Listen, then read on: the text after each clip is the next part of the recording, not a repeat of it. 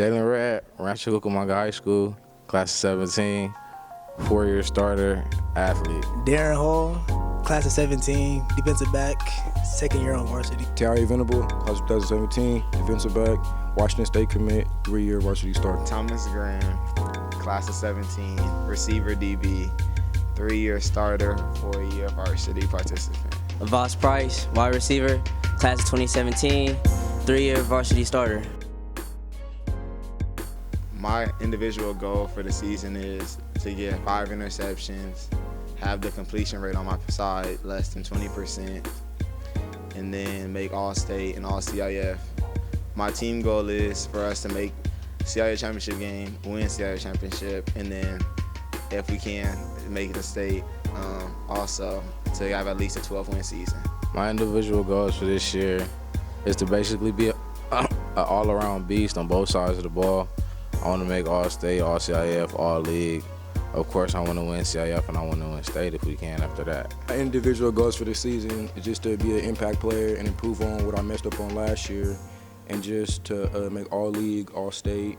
And for team goals, I want us to just be a family, a better team than it was last year, win CIF, and make it to state. My individual goals is to be All-State, be All-CIF, All-League, be a leader on the team with these other leaders, lead the team to state, CIF, just to be the best in the state, you feel me? Team goals, I hope to win league. It's going to be a hard matchup like it is every year. Upland, Chino Hills, then moving on to CIF. It's going to be a hard matchup in CIF. All the teams got put together Division I. It's going to be a hard matchup, but I'm just going to provide much as I can for the team, and I feel like we'll have a good season. Oso's game, I didn't expect it to be that hyped up, because when I was at Roosevelt, the games weren't as turned and lit as they was. So when I got to the Oso's game, everybody around school was talking about it all week. And then once we got to the game, I didn't realize it. It's an hour before game start, and the stands is packed, both sides, music playing, crowd going crazy. And it's just like my adrenaline started pumping, and like I can't wait for that game again this year, because even though it might not be a big game for anybody else like outside, but that's a big rivalry for our town and our school. One game I'm looking forward to this year is Osos. Since my freshman year, it's been a great matchup. It's been a great rivalry. We beat them for 3 years, though. My freshman year was their hardest year. They have some of the best players across the country, and I'm looking forward to playing them again, because every year that's one of the most hyped games up next to Upland, so I'm just looking forward to that. The game I'm looking forward to this year is the Osos game. When I transferred to Rancho my sophomore year, I didn't expect it to be as big as it was. We warming up on the field. Next thing you know, you hear a whole bunch of people coming in the stands, yelling Rancho, all that stuff. So it's going to be a real intense game. I'm hoping to beat them 3 years in a row.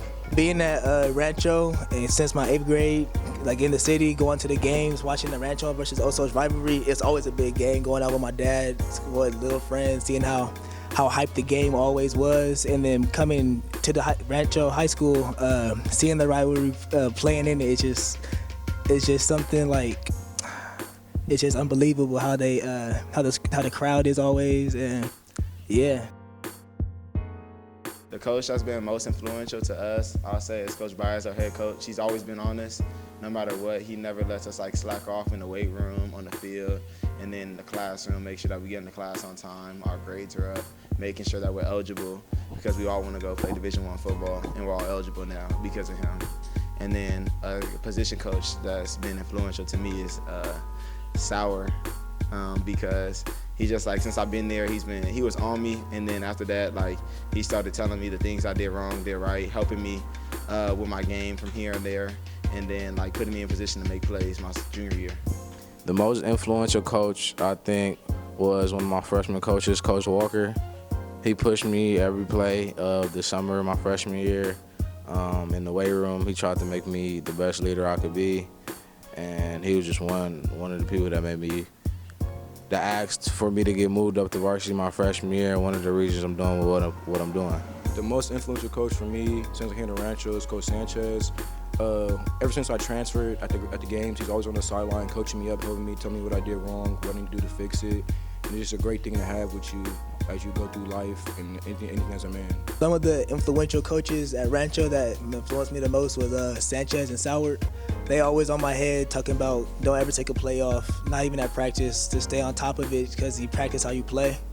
So go hard at practice. You're gonna go hard in the game. You play hard. You practice hard. You play hard. So just always give it 100% and never slack off. The most influential coach I've met at Rancho, to me, is Coach Tita, because when I stepped on the field, he gave me the knowledge to come in thinking like, I gotta earn a spot and I'm gonna earn my spot. So it is what it is. So I thank him for that knowledge, and I feel like he's gonna take me in the right direction.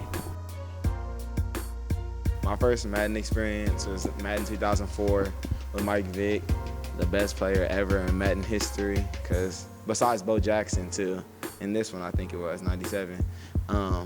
Basically where you can just use him, you drop back anywhere you go, and just press R2, you run, take off, and nobody catching Mike Vick.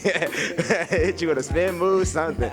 Mike Vick was probably the best player, but I didn't really start getting into Madden truly until like Madden 2013, and now like I'm a Madden gamer, hardcore. I'll play anybody. My first Madden experience was 04 with Michael Vick.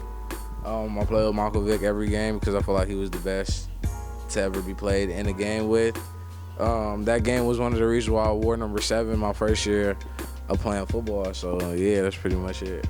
My first Madden experience was 99 because my dad already had it, so I used to just sit up at night and play together and study the game. And you know, I thank him for helping me with the knowledge of the game. My first real Madden experience was like 2008, and I'm a Cowboys fan, so I used to always use the Cowboys. And I used to like really get mad when they put Orlando Scandrick in, because I used to think he sucked. Like I used to get so hot when they used to switch him in. But now, as I like know the game, he's actually a real good corner. He got hurt last year, but I think he's gonna step up this year. So that's my first experience. My first real Madden experience, the 04 with Mike Vick. You always want to be the first person to get on the stick, so you can automatically pick Mike Vick. Yeah, quarterback spot on everybody. He's still gonna try to run and score. It's like you couldn't stop. It was no stopping him. So ever since then, I used to think Madden was fake. So. Our first game is August 26th. We're going against Chaparral. I can't wait for it. The things that we've been doing to prepare for it is we've been hitting the weight room hard. We've been hitting the field hard, competing at all times. Either I go with Darren or Tayari every day. I practice, I play receiver, and then when I play DB, I practice, I go against our best receiver to me and ours is JV, as of right now. He gives us the best look. We have a young buck named Jeremiah, but we all compete at all times. We do a lot of one-on-ones. It's probably our last week of a lot of competition outside of scout. But I feel like we should be very prepared, and then we're gonna be defensive-minded this year like we were last year, and just kill it on the field. Our offense only needs to score 12 points to win games now. Our first game is against Chaparral, and a couple ways we're getting prepared for that is weight room, like Thomas said. We're trying to improve our team chemistry, trying to perfect our offensive game and our defensive game, and see what's the best thing that we do as a team. And it gets me better because, like Thomas said, I go against some of the better receivers like Voss and Jaylon. And on offense, I get to go against some of the best DBs in the country. So it's always getting me better. Our first matchup of the season is Chaparral. You know, we all looking forward to it. It's going to be a great matchup. You know, we stay in the weight room hard. Our biggest thing right now is communication and just studying film and studying the opponent. So I think we're going to be real good, and we just want to perfect our craft. We got Shap first game, and as a team, we've been preparing as getting stronger in the weight room, hitting it, not taking any reps off in the weight room or on the field, taking everything serious, and then personally just how to break down film and watch what my receiver's doing, perfect who I'm guarding, how he gets off the line, how he releases, how he runs up the field, just everything on how a receiver is. And working with Mr. Joseph Lee on how, not the physical part of the game, but the mental part on how we should break down the game. We won Chaparral. It's going to be a good matchup. I feel like we'll come out with the W. So stay tuned. My first D1 bound experience was my freshman year at Salesian at their passing league tournament. And they were recording. I seen them recording because I think we didn't play like till later in the day, so I seen them recording other people. And so in my mind, my dad said, he told me, like, Danny, our first play, was like, hey, don't get beat because it's going to be on the internet. And so literally the second series, first play, they throw a bomb my way. And so in my mind, I'm like, I'm about to get a pick, about to be on D1 bound.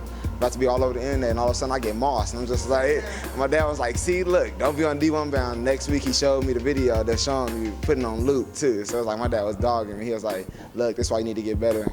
And then look where I'm at now. One of my first experiences with D1 bound was my freshman year at the Salesian tournament.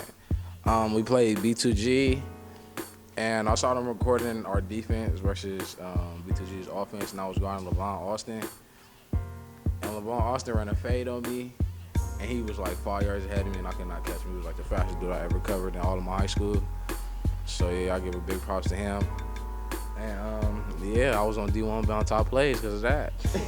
My first experience with D1 bound was at the King of the IE tournament because Jaylon Hawkins was just dogging me the whole game. Next thing I know, I'm at home chilling. I look on Twitter and I'm all over the internet. My first D1 bound experience was watching D1 bound because my freshman team, 7-on-7 didn't really get that much exposure. So like we weren't really ever on D1 bound, but I would go tournaments and watch the plays and see if I was ever on there, but I never was, either getting mossed or getting a nice play. So, but and then it was like they always seen it's a mentality, and I adopted that and D1 bound. My first real D1 bound experience is I used to always just watch him, see top plays on there, be like thinking like, damn, those was the kids in my grade. Then they came in and see me in person, well, to see the game in person, Chino Hills versus Rancho game. So you know I just had to get my little shot in.